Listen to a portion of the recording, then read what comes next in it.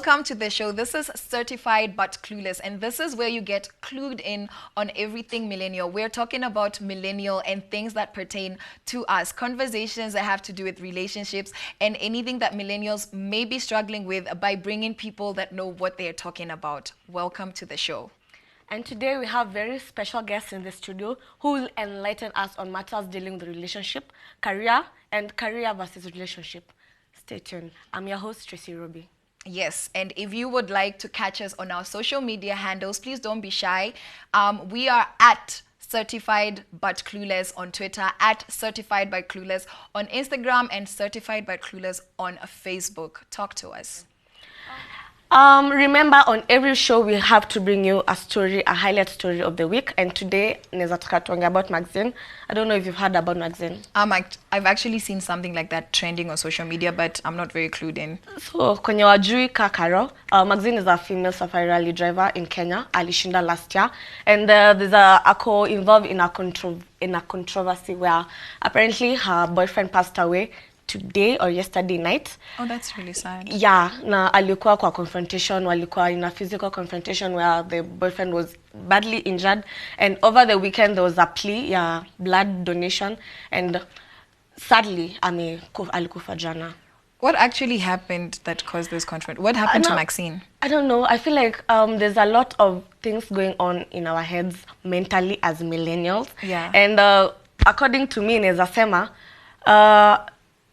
sema ni kama the money got to her head, or the fame, or just kila kitu iko, like everybody's watching her being a female, being young and having all that responsibility. Maybe it'll get to her head and just messed her up, because hawezi amka tu hivi siku moja na uanze kufight na mtu with your boyfriend for nothing, and then one thing leads to another and now he's dead. Yeah, honestly, Tracy, what that tells me is that young people out here are really struggling with their mental health because, you know, she has her money, she has the fame, she has recognition, she's clearly moved on in her career, but she's still getting in this situation. So I think we need to take care of our mental health as young people. Yes. So stay tuned for this and more stories. Na kama unataka interact with us, if you want to know like what is happening and if you want to pitch in on our show, just make sure to join us on our social media platforms, and we'll be right back after this break.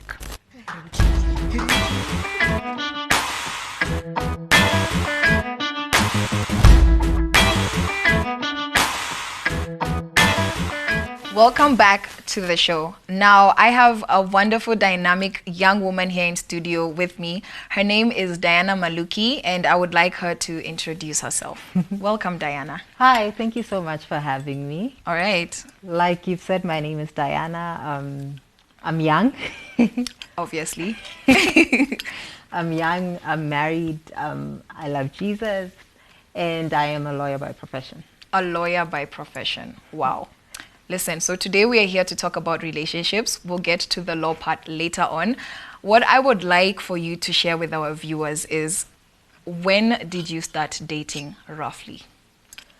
I think I was around intentionally dating, probably, I think I was 17. All right. Or 16 going on 17, but I think I was 17 already by that time. So there was a time when you were unintentionally dating?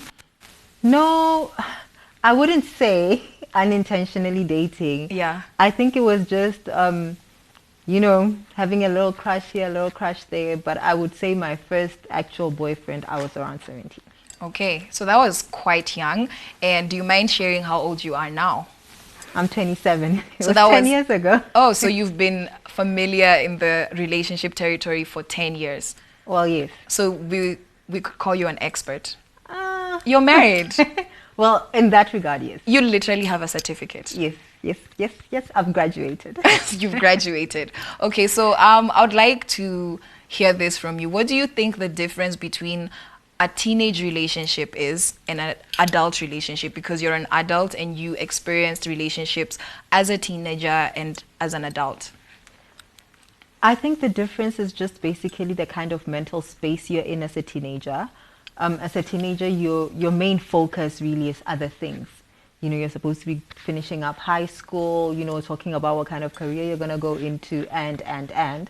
So you find a lot of the relationship dynamic in high school is from, you know, peer pressure, or you just want to look a certain way, fit into a certain group. But once you're out of that space, then it becomes more intentional. You know, you're able to know, okay, what kind of person am I compatible with? Yeah. You know, what kind of relationship do I want? And be able to intentionally choose a person based on now that, rather than, you know, human and your toto. Okay. So how do you find that your priorities changed over time? What became more important to you later on in life when you started to become more intentional? I think family. I've always known that family is important, but it becomes very real when you start building a family of your own. You know, when you're in school, the thing in your mind is school and finishing school. When you start a career, the thing on your mind is making it in your career. But once you get home after work, you realize there's something missing, and it's what makes you you, and what Right. brings you more joy than all these other things are ancillary. You know, it's just you and the kind of relationships you have with your family, with your Yes. partner, with your spouse, you know, with your siblings, and that's very important to me now. All right. I love what you said. You know, I'm hearing you talking about getting your priorities in order and knowing what comes first and giving more time to that. And I'm glad that you've been able to find your way in that journey. Now I wanted to know, you talked about school. Obviously, you being a lawyer means that you're also qualified. You also graduated, literally. You know, Yes. that's the one that Yes, we're yes, more yes. familiar with. So how were you able to balance being in a relationship that, you know, intentionally led to marriage and being in school? I think being part of, well, I'll call it relationshiping intentionally, involves knowing the stage you are in life, what you need to support each other in, and what that means for you down the line. Yes. You know, it means having a partner that understands, I'm in school, I need to study, I need to graduate, and that's for the both of us. You know, rather than, Let me get this money. yes, exactly. You know, because at the end of the day, you don't eat love. I know it's a bit of a debate, Love but does not you feed you. literally do not eat love. You know, so you have to be in a mindset where you're able to support one another to be the best version of yourself and of Yes. your partner. You know, you want them to do better, and they should want you to do better. All right. Yes. Now, I have another question for you. Do you find that being a woman in your career, does it look different from what you have observed men in the same space experiencing, whether it is the relationship and school balance or whether it is the relationship and work balance? Is there any difference, or just as long as we're qualified, we all have the same struggles and hence the same experiences? Of course not. And quite frankly, if any woman in any profession in this day and age says that the skills are balanced, I would be quite surprised, because the reality is that they are not, specifically for millennials. You know, we're in that age where we are expected to start a family. And for a woman, that means getting pregnant, taking time off work, you know, and being incapacitated for a while, which means the men who you graduated with, who you work with, who came in after you, are progressing while your focus has shifted. Yes. You know, and that's not even something that we can be technical and academic about. You know, if I have a baby right now, I'm not gonna be worried about the files in my office. A fact is a fact. Exactly. My Yeah. baby is hungry, I have to feed them. Yeah. You know? So I think there's still a lot of work to be done. I remember earlier this year, I encountered a lot of anxiety because I was like, I have never seen a pregnant woman in court. Luckily, later Where do on they in hide all year- the pregnant women that are lawyers? Exactly, exactly. You know, because a majority of the women around me either had their kids early on or just don't have partners, aren't intending. You know, there's a lot of anxiety that comes with being a millennial, being a woman, you know, maintaining a relationship. You know, sometimes you're not blessed with a supportive partner that knows, okay, at this point in a career, it's not wise to be applying for maternity leave or to be Yes. taking time off if you're a consultant, you know. Yes. So it takes a lot of being intentional, a lot of planning, a lot of praying as well, a lot of patience. Okay. Wow, Yes. that is really insightful. And personally, I'm learning so much. Now, I would like for you to talk to the people, the young people listening, you know, people who might be older teenagers, people who might be in their early 20s, people who have yet to go through what you're going through. And I need you to say something to them right over there. What would you tell them about being in relationships something that nobody told you, and something that in this space from where you sit, you just love them to know because it will make their life easier? I would say, you know, pressures are always there, and there's genuinely a time for everything. You know, there's a time for you to do school, do high school, you know, pass your exams because it will open doors for you. Once you're in university and you're a little bit more mature and you want to start going into dating, do it extremely intentionally. You know, because I've had a lot of friends who have gotten into relationships and without really being intentional about it, and well, they get pregnant, they have babies, and their attention shifts. You know, like knowing the step that you're in and what's required for that step, and being intentional about fulfilling the necessities first, really puts you ahead of a lot of people. And I pray that God gives you the wisdom as well. All right. Yeah. Thank you so much, Diana. We really appreciate having you on this show. Now, I have one more question for you. In 5 seconds, if I gave you 10 million US dollars right now and you had to spend it by the end of today, top 3 things you would get. 5 seconds. I'm invested and invested in what? Invested in something that will double it or triple it or something. Be specific, Diana. I'd buy a house. I'd buy land. It appreciates. I'd buy land. Okay. Yes. Okay. Well, that's what Diana has to say. There. Listen. We're letting people know how to make good decisions. So if you got 10 million and you wanted to know how to spend it in a day, buy land because you said it appreciates. Yes. We'll be right back.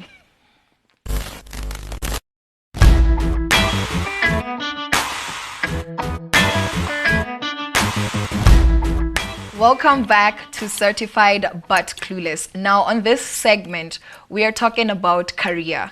And helping us in this conversation, I have Sylvia here with me. Sylvia, welcome to the show. Thank you very much. All right.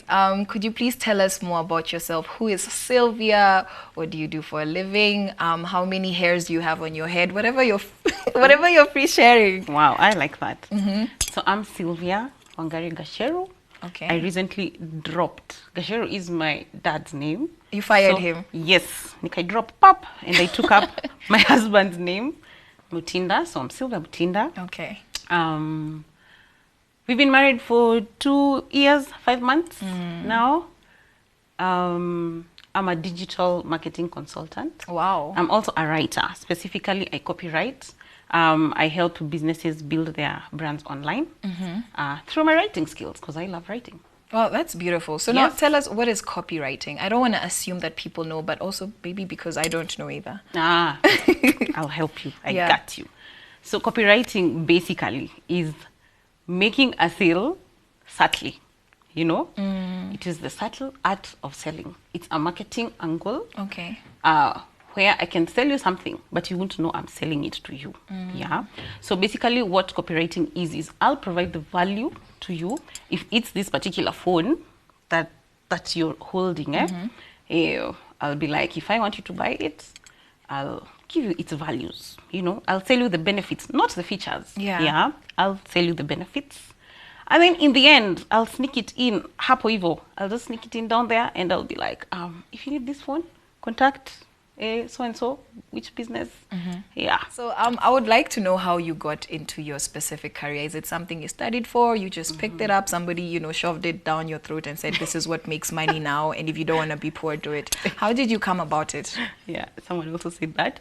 But I studied environmental management. Okay. Yes. That's interesting. In campus. Mostly because it was the in thing, you know. I wanted to get a job and work for the UN. Yeah. Everybody wants to work for the UN. Nice. And I loved it. As I was taking the course, I loved it. And I pictured my life, you know, working for especially the UNEP. Yeah. But then, as always, life doesn't always pan out as you have planned. Yeah? Expectations versus reality. Yes, I had to adjust my expectations considerably, you know. And I started business. I started a business. I realized that I have a passion for interior decor and specifically art paintings. So I started to import and sell from here, which did quite well. Did quite well. And then COVID happened. COVID. Yes, COVID. COVID. Yes, COVID happened, and art is luxury. Would you buy unga or would you buy art to place on your wall? It's a no-brainer. Exactly. Yeah. So the business came crashing down, closed. And that time, I remember we were planning our wedding at that point. I was dating. At some point, I also had to go back home. Yeah. And I was home for about 4 months. And then initially, I have always loved writing since I was young. Yeah. And I had just, what do you call it, dipped my toes into online writing. Just a little bit. Just a little bit, but I didn't take it seriously. Art was making good money. Why should I, Yeah. But then I realized the need for flexibility. If art is not selling, what other thing can I do with the skill that I have? Yeah. And so that's how I decided to take online writing seriously. I had initially done a small course to just teach me, because I can say I love writing. Writing is different from, there are different kinds of writing. Yes. There's poetry, there's a blog writing, there's newspapers. Yes, all that, Yeah. But writing for the web is a bit different. So I needed to learn that. And so I invested my time, and I started looking for clients. And interestingly, God opened the doors, And that's how I got to getting international clients. And even now I have I'm specifically working with international clients. Not that I can't help my local clients. I do consult, I help here and there. And yes, that's how I got into writing. Listen, Yes. you and your Yes. international clients, we Yes. can't hate. A win is a win. A win is a win. Yes. Yes. So I need to know, for somebody who might have the same interest, they want to get into online writing. Yes. For the same reasons, maybe they have a similar story, or for whatever reason, maybe they want to have it as a side hustle. Okay. In summary, how did you get into it? If somebody right now is sitting at home and they're like, I need to make money, and this lady says, I can make money from writing. I'm good at writing, but I have no idea where to start. Where would you direct somebody? Good question. Thank you for that question. Number one, I'd like to start with a disclaimer. Just because it's online writing, Yes. it is not easy. Nothing comes easy. Yeah. I can tell you, right now I'm sleep deprived. Yes. Because we have been working throughout the week. You don't look the part. I don't look like it. You look flawless. Thank you for that. Yeah, nothing comes easy. Because from the interactions I've had with a few people who are also interested in online writing, Yes. They think it's, you don't wake up, you don't go, you don't commute, You're just chilling at home. You're just chilling at home. You just take your computer, you type things. No, it requires a lot of commitment and dedication. And so where to start, I would recommend, there's I call him a veteran. He was a way of hard. Yes. One of our pioneers. That's Walter Akolo. So you can check out Walter Akolo. He offers an online, he trained me how to do web writing for, I think, about, is it 4K or 5K now? And then it depends on how serious you are, Yes. If you have all the time in the world, it can take you 1 year to complete that course. Yes. If you need the money as now, you need to pay rent, you need to buy unga, you need to buy sugar. The landlord is knocking on the door. The landlord is knocking on your door. It's time. You would unakasha nayo, Yeah. You decide this is it. It can even take you 2 weeks. Okay. And I can assure you, when I started that this is my personal experience. Right. Because I was on a tight corner, and I can tell you for sure, with this online thing, your goals push you, because me and you can have different goals. Yes, for sure. Yeah. So I did it in less than 2 weeks. Before I even completed, I had my first client. That's how quick it is. Yeah, it is quick, depending on how much effort you're putting. The investment. Yes, in terms of time, you'll do a lot of your own research. Right. And sometimes even a client can give you a particular assignment, but you have no copy about it. You just don't know, where do I start with this? You're on zero. You make Google your friend, you make YouTube your friend, you don't say, you can't tell a client, I can't do this job. Yes. You'd rather do it, submit it, and then they tell you, okay, I will need changes here and here and here. And at the end of the day, you'll have provided value and you'll have gotten paid. You see? Yes. So yeah, Walter Colo, start there. Also, number 2, once you do the course, because he also teaches you how to get these clients. Because it's one thing to know how to write for the web, and it's one thing to know, okay, who's gonna pay me for these services? Yes. Yeah. So know how to pitch. How do you present yourself? You know, especially for a beginner, it can be a bit tricky.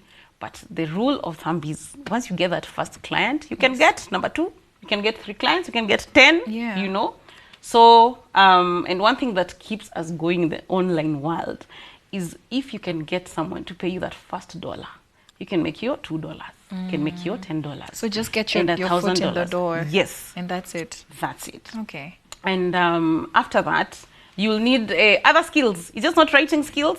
Communication skills, very important. Obviously. Because you can't leave your client in the dark. You know, you need to tell them the estimated turnaround time of this particular maybe work. Yes. You need to tell them the progress, you know. If they send edits back, how soon can you return the revisions, you see? So you'll need to just courtesy, you know, and etiquette, you know. Yeah. So also there's a lot of behind the scenes kind of tasks. That's invoicing. There's also emails. You'll answer emails. No one will pay you for responding to an email. Nobody. No one will pay you for writing an invoice. Yeah. So there's that bit as well. And then also taxes and mahesabu. Yeah. If you're a Christian like me, you tithe. I tithe. I forgot that. That's very important. Yes. I tithe. I take tithing very seriously. Yes. So all that behind the scenes. And the one last thing that I would say to someone who wants to start. Just don't start because online writing is, you know, it's the thing, you know.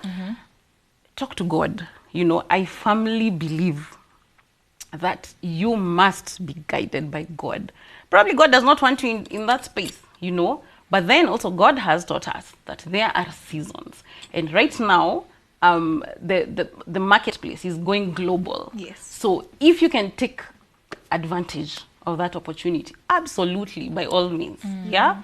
So commit this project to God, tell him to guide you, and be ready to roll up your sleeves and work. Put in the work. Yeah, and Right. many sleepless nights. Okay. Yes. You know, thank you so much, Sylvia. So what I hear you saying about this career that you ventured into as a result of having to put food on the table is that you need to be a fully fledged business by yourself. You're your own accountant, your own secretary. You know, you're the one who motivates yourselves, gives yourselves deadlines, shouts at yourself, and then congratulates yourself. You said it perfectly well. Yeah, and that is a lot of balance. There's a lot of balance that goes into that. And as a woman, you've spoken about being married, and you've spoken about firing your father and hiring somebody else. Yes. And I hope he's doing a good job so far. You look really happy. Yes, and I would like to know, you know, just before we wind up, how you have found being a career woman who's making it, you know, in her own space, how you find it, you know, balancing. You know, is it something easy or is it something you figure out along the way? What has your experience been? Good question. Thank you for that. Yeah.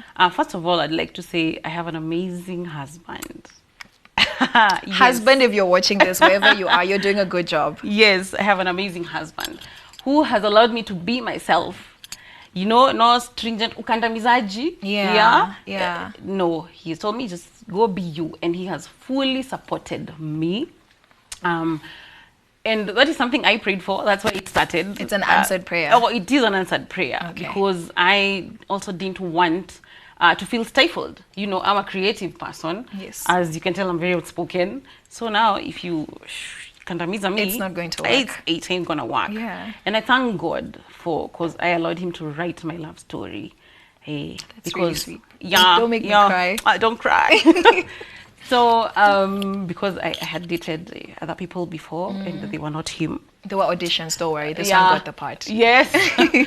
So for starters, that. So he has made it quite easy for me to. I tell him, babe, I want to try this out. He's like, by all means, you have my support. You know, if it requires money, we put our heads together. Can we wait? Can we put this on hold first? Yes. Or what do we do? Yes. And I'm even taking a copywriting course, which was not cheap. Although cheap is relative, which he fully supported me on. Yes. And I can say it is not easy to balance. Being a young wife, I'm only 2 years in marriage. Wow. So, and this more or less, it's a COVID career. So it is also not, it's still new, as much as I've been writing almost all my life. Yes. So it's not been easy. And something else that I didn't mention is we work together.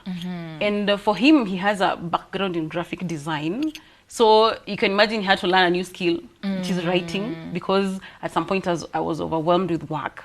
And he's like, I can help you. You know, it is a will. That is also to encourage other millennials that you need to be willing. You can't say, me, I am a lawyer, full stop. I cannot do anything else. You have to be flexible. You have to be flexible. All right. The word, again, flexibility. Okay. And so he has helped me balance out our marriage. We don't have children yet. But as of now, we are figuring it out along the way. Right. Yes, we are finding our groove. Of course, there are clashes here and there, you know, but then we are smoothing things out. But as of now, we have a system that is working for us. All right. Now, if God decides to drop a kid, we'll also adjust, you know. Yes. Now, we actually have a surprise for you because Sylvia's husband is actually here in studio. She didn't come by herself, and we're going to be talking to him about career versus passion. But before we move on to him, Sylvia, Yes. if you were to go to your favorite holiday destination right now and live your life for 2 months, where would you go? For 2 months. Yes. 5 seconds. There's an island called Santorini. I've heard about it. In Greece. Yes. Okay. Perfect in Greece. Soft life, That. soft life. Yeah. Hopefully soon we're going to be Yes. seeing you on the gram from Santorini. It has been a pleasure. It's been a pleasure too. Yeah, and I hope we'll see you again on this show because you have a lot of wisdom to offer our millennials. Oh, thank you. I'm flattered. Absolutely. Anytime. All right, now Yeah. let's talk to Joseph.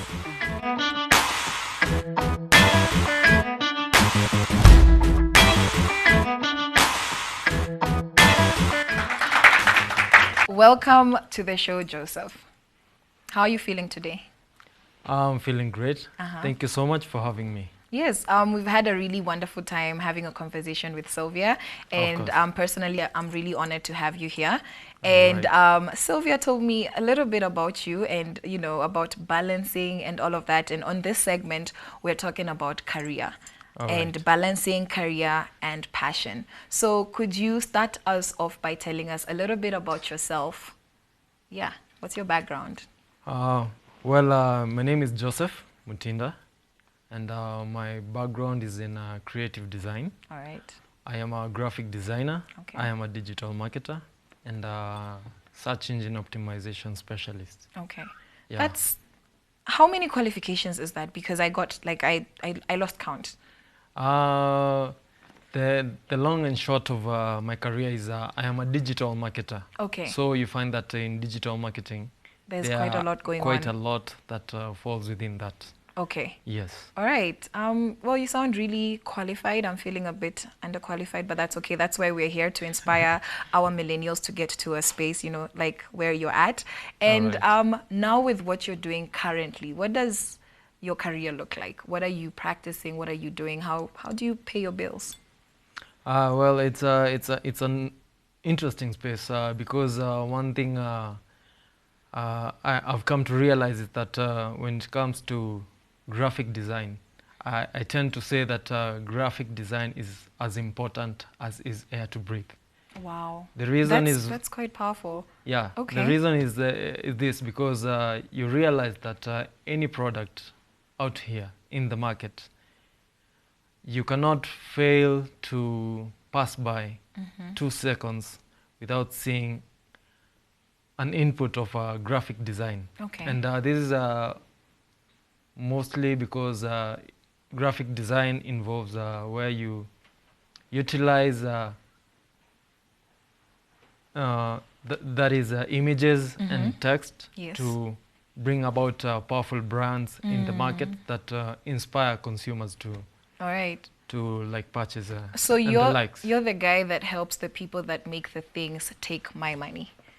Exactly. I mean, that's how I like to look at it, just in case somebody out there is finding it hard to translate, what you do into Yes. something practical and understanding why it matters. Because you said it's like breathing air. Yes. Yeah, guys, he said that graphic design is as important as breathing, and that's quite a powerful statement to make. And I love the confidence that you have, how relevant your skills are in this market. Now, let's talk about that, So you've shared what you studied, and you shared what you're currently doing right now. Now, do Yeah. you feel that, according to you, based on your own experience and also perhaps observation, do people in the millennial generation, young adults of today, do they often end up practicing what they study on campus? What do you think about that? Well, I tend to think at times it doesn't play out that way. Because, for instance, my background is in business administration. Yes. And I majored in finance. Okay. So right out of the university, I was expecting that I would go into the finance space, Maybe be a banker or something. be a banker, because actually I remember my parents were telling me that I need to pursue the certified public accountant Okay. Side. But again, for me, what really made me not go into that space is because of I had a passion when it became to doing design. And that's when I got to realize that I am not cut out for the finance bit. Yes. So what really made me follow this path is because of the passion that I had. Because I noticed the gap that came about when it comes to how brands communicate Yes. their products, their offerings, and the services. And I was in a place where I got to realize that this is something that I can do. Okay. So the passion really fueled me into that. So you don't really have to stick to what you studied per se, but I think if you have the right passion towards what you love doing, Yeah. then you can follow your heart, and that can really turn out to be something good, because your passion motivates you into your career. Okay. Yes. Okay. Now you've talked quite a bit about passion, and I would like to find this out from you. How does a young person know what they're truly passionate about? Because I'm sure there was a lot of investment in your education, and if your passion was strong enough to swerve and turn your head into something else that you became convicted about, how can a young person find out what their passion is? Well, to find out what you're passionate about, it is something that you can offer without being paid per se. Because if you're passionate about something, at first you can do it for free. All right. But again, as you continue to do this, then you really need to get to a space whereby you can turn your passion into profit. And this is by now adding more value Yes. into what you're doing. Yes.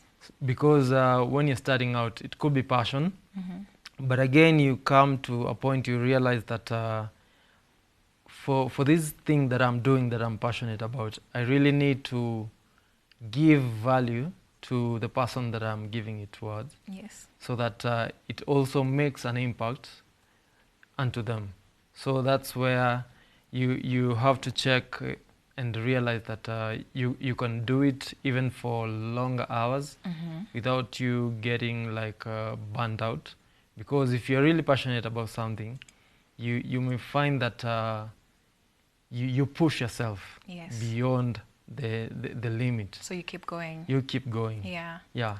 So it's something that you can do it for free without being paid at first. But with time, you just see how best you can convert this and earn from it. To monetize it. Yes. All right. Now, what would you say a young person who feels like they're passionate about something, but feels like, they're in a dead-end career or are entering into a job situation that they have zero passion, about, based on what you've described passion as, that thing that you do, you don't actually need profit, until you need it, but you're willing to offer it. How somebody struggling, having a conflict of, do I go with my passion because it might not put food on the table, or do I stick with my career which might put food on my table but will not get me to a space of fulfillment? What do you have to say to a young person who is in that thought process right now? Well, I understand it's a very tricky space because at the end of the day, we need to to pay the bills. So what I can say is that you need to be very open-minded Yes. as a person Okay. and be ready to learn, such that even if you're in a space where you don't really understand on how to go about it, just be willing to start, because as you continue to roll the sleeves and put in the work, put in the passion, Yes. put in your everything, then you get to now fine tune, and it starts to become crystal clear on which path is really cut out for you. Yes. So what you really need to do is just to start. Don't think too much about it. Just start. All right. Yes. So ever since you started pursuing what you're passionate about, what Yeah. would you say is the most fulfilling thing as compared to when you were focused on what you had studied, in that campus space, and you were preparing for it? You're like, if I'm skilled, I will get the employment, and that's okay. But now you chose to go with what might not pay immediately because you were just starting out, and that's not what you studied. Yeah. What have you learned? What's the benefit of following your passion? For me, what really cuts out for me is that knowing that I'm living my God-given purpose Okay. in this. Purpose. Whenever I get projects from my clients, I think the most important bit is just to get that feedback. And that positive feedback that makes me realize that I have brought in some positive influence Yes. in their work, Yeah. in their project. And again, is just to have this positive attitude to understand that even if you have not delivered what you expected, you can still rise above from the criticism that you've Yes. been given, Yes. and know that you can do better. Yeah. So that makes me go to sleep knowing that I've made a difference into the world. All right. I love Yeah. what you said about building up on your failures. And Yes. this is how I've understood it, using your failure as a stepping stone to do better next time. Sure. Yes. Now I have to ask you, because we were sitting here with Sylvia, and Yes. we asked her how it is balancing career with a relationship, and all those things. And I would have to ask you the same question. So as a man, there's many things that are said out there about men and working. A man is there to provide and do what, but you're married to a working woman, Yeah. and she spoke highly about how supportive you are, and kudos for that. You're doing a great job. Thank you. How would you find it on the side of a man, a young man who is living with a modern day woman? Perhaps our parents' generation did not have the same version of a relationship. So how is it for you balancing that, seeing that if she says you're balanced and you're very supportive, meaning that maybe you participate a little bit more than I would assume your fathers did and the generations before that. So how do you find balancing work and your marriage? One thing that really works out for us is we really work together as a team, and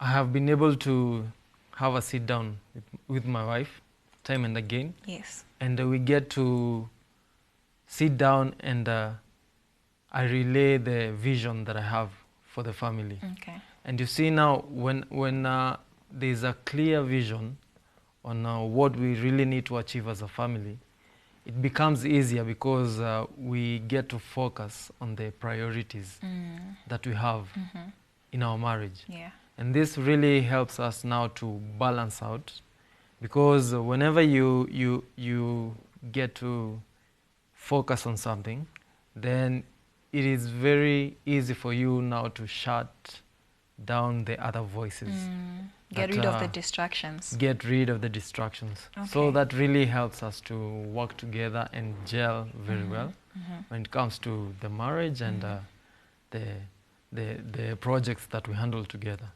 So we really work towards being a team, All right. and that really helps us to just be able to balance and support each other Okay. the best way we can. And she's been doing an amazing job as a wife. You guys are goals. Yes. You know, the amount of praise you're throwing each other's way, I commend Yeah. that. Thank All you. right, so I'm about to ask you an interesting question, but Yes, before we do that, I would like to let you guys know, we have something special for you at the end of the show, and I'm holding a book here. It is a poetry compilation. It is called Petals of Emotion. Petals of Emotion, and it is by Haggai Imbiaka, and he's going to be sharing a little bit of his work when we come back after our game segment, because we also like having fun in this space. And this is your question. All right. If you had the opportunity to bring back somebody from the dead, a public figure, who would it be and why? And you have 30 seconds to answer this question. For a public figure, that would be Dr. Miles Monroe. Okay. Because one thing is that he's been a great mentor to me, because he helped me understand the basis of understanding your purpose in life.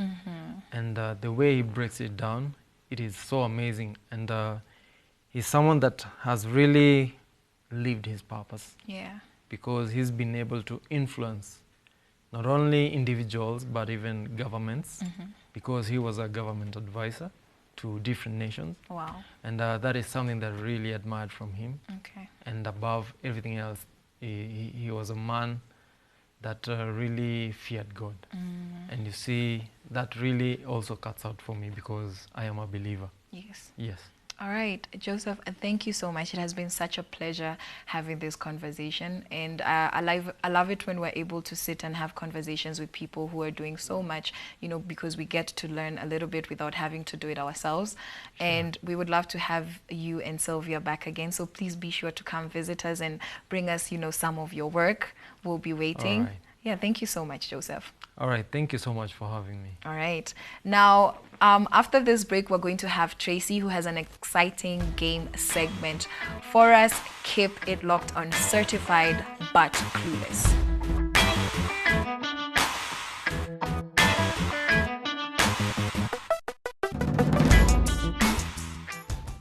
Welcome back to Certified by Clueless. Na kwa hii segment, we're having a game. Now, since we have a lawyer and a businesswoman, a writer, tunataka ku jog their minds tuone how well do they know their knowledge. No. So in this game, I'm asking you 4 questions, and then when you feel uko ready, just answer. Okay. Are we ready? Absolutely. Ready. Ambia audience. Ready. So, the first question, it's about food. Which type of food doesn't get bad or rots? Like itakuwa edible anytime, anywhere? Cheese. Cheese? I don't think so. It molds. Yeah. But I don't have an answer. But you can still So eat do it. you- like even it No, molds. like over time, like it doesn't get bad. Never ever. Yeah, never. mushroom. No. Okay, so No, what is it? The first letter. Give us a clue. Yeah. So, wacha inaanza na H. H? Yeah. Ni maji. I know Maji that kwenye unaitwa? H2O. Oh, please. So, What is it? kusoma si ni kujua. Jibu ni honey. Like honey doesn't spoil. Oh, really? Wow, Yes, okay. it doesn't spoil. So, Oh, yeah. okay. Now We're you also know. learning. You're also learning. Yeah. So another question. Uh-huh. Which 4 countries still use the shilling? Kenya. UK. Uganda. Oh, the Kenya, Uganda. Shillings. I think Tanzania. TZ. Uh-huh. The fourth one. Unamcopy tu surely. What Just do be you call it? productive. Let me write it I feel like down. apart to me. So it's Kenya, Uganda, Tanzania, and Somalia. Oh. Yes. Okay. So you need 1.5. Tumpe 1.5 But points. it was 2 points. 1.75. Sawa. So tuoneka uta recover. Yeah. Okay. Please be kind to me. So what thing it's this thing, it's dirty. When it's dirty, it's color white, and when it's clean, it's color black. I know it in my heart, but I am gracious. When it's clean, it's black, and when it's dirty, it's white. Cheki, talk to me. Talk to me. Eh. Wacha tumeongea sana. Tuambie. Tell us. Tuambie. So it's the easiest thing ever, guys. What? Like it's the easiest thing ever. Ni blackboard. You didn't say these were trick questions. No, Who nimesema knows tu these like things? ni vitu zina jog your Who mind. knows these things? Kwani mulis Exactly. No. Ask me No. about section I 20 know. of Kwani hamkufunzwa na So we are not the blackboard? problem here. Wow. Last question. Last question. Ya mwisho kabisa. Ya mwisho. Na ikuwe proper. Yes. Na vile me- Intelligent. Eh. So Eh. okay. So ndo tuharakishie mambo. Isiwe ati mnakuanga class na wewe ni lawyer nini. Team gani jana zilicheza World Cup? Argentina na France.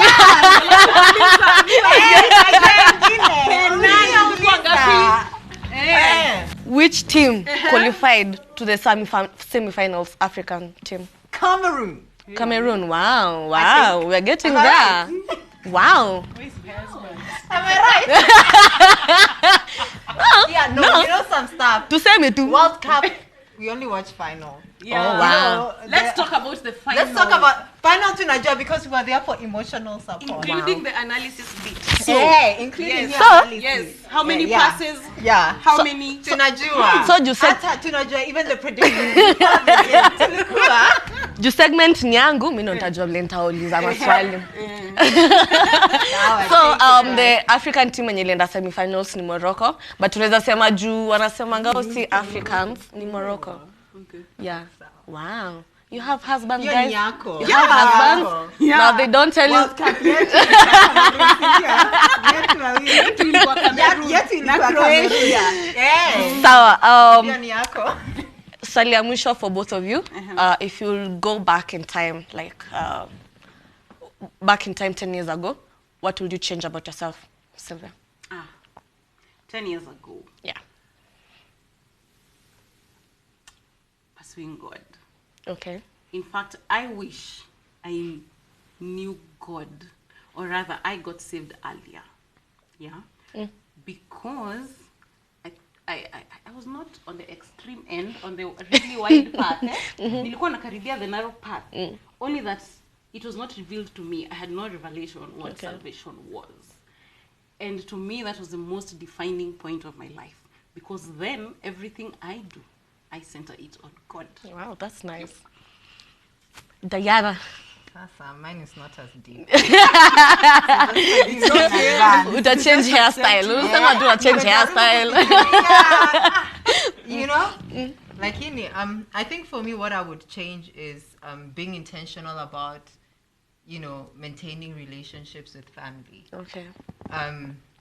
You know, sometimes you grow up with siblings and you just want to kill each other all the time. All the time. And for me, I was just like, who you know, and it was easier to pursue and invest in relationships with friends and. So I definitely wish I had done that differently, because as you grow, you realize, hey, nyewe, that guy that said blood is thicker than water, kuna kakitu. Sibi mniulize mimi. Sasa, what would you change? Huh? Did you change? 10 years ago. Yes. He, ninge apply for green card. Juwe. Kenya nateseka, ningekuwa majumba hiyo saima stuff. You still have time. I know. You still have Lakini time. window ya this year imeclose. That was our trivia session where we get to jog our minds and just to get to know how well we know things, facts here and there, vitu kidogo kidogo. And if you have any questions and you want to participate in our show, be sure to share with us on our social media platforms. So this is Certified But Clueless.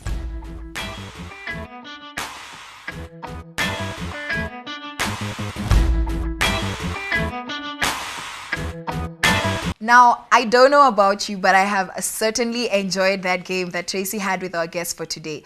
And as we told you earlier, we have a wonderful surprise for you. We have Haggai Imbiaka in studio, and this is his book. This is Petals of Emotion. Now, before he takes it away with a wonderful piece, I just want to tell you a little bit about him. Now, Haggai is actually a youth pastor. He is a married youth pastor. So ladies, he is off the market. Do not slide into his DMs. But where you can go is on Nuria Bookstore and also on Amazon, where you can pick up Petals of Emotion and help a young millennial in his hustle. Now, to wrap up the show, Haggai.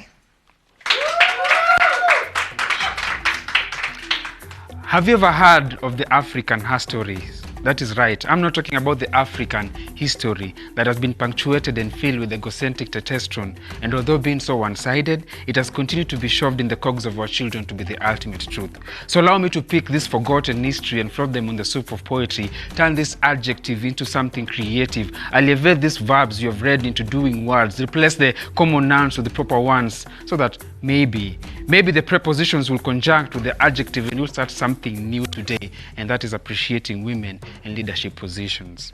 Have you ever heard of Queen Nefertiti, the Queen of Egypt, a woman adorned with the face of the sun and the beautiful skin like the lights of the Arabian sand? It is said that wisdom resided in the bosom of her heart and love at the edge of her brain. Without a single clanging of the sword, she conquered the southern Nubian empire by her beauty and her witness. While the Europeans languished in darkness, she sculpted Egypt with the most lusting monuments and splendor. She's even credited for engineering monotheism. Have you ever heard of the songs of Dongo and Matamba Kingdom of Angola, as they sing to their warrior queen Anzinga, an African woman with a smile of a rainbow but the soul of a thundering rain? Because while men scattered in the bush during the face of Portuguese invasion, she inspired a war against these colonial masters, fighting slavery and giving us freedom even before we had Sojourner the Truth or Nelson Mandela. Have you ever heard of Queen Kandake of Ethiopia? She had a gaze as tantalizing as the reflections of River Nile, but don't be fooled, because she possessed the resilience of an ocean. Because the legend has it, it is only her armies that stood their ground against Alexander the Great, a man who had conquered the whole of Europe by the age of 32, but could not stand the armies of Kandake. Have you ever heard of Charo of Zimbabwe, Mekatilili wa Mwenza of Giriama, Ya Asante of Asante Kingdom, Taita Betul of Ethiopia, Queen Lonzi of Matebelan, women who fought back the brutal hand of the imperialist? Have you ever heard of their stories? So let Africa rise today and remind our children of our stories, stories of how her daughters once and must always stand up to leadership position. Let these stories be taught in school, told like legends at campsite. Let them be sung as the epic poems of the Iliad. Let them be shouted from the mountains of Kilimanjaro, whispered in the laughter of the river Nile. Let it be whistled in the breeze of the Casablanca beaches. Let it be sung as chanty for the women working at the salt mines on River Niger, and clicked in the accent of the Zulu kingdom, so that the African daughters will rise to leadership positions and her sons will respect them for it. Thank you.